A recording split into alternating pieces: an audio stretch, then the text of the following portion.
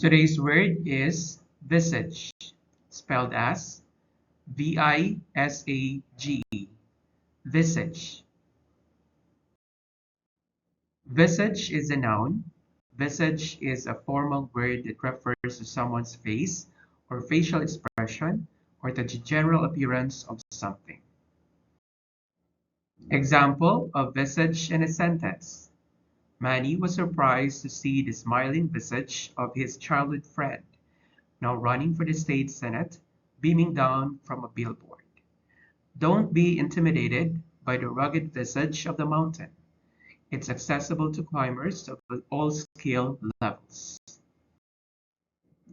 Visage in context. Kerry Russell was 22 when she was cast in the title role of Felicity.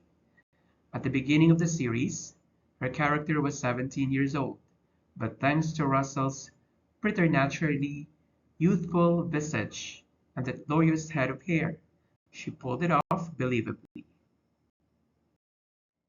Synonyms of visage: expression, smile, look, green, face.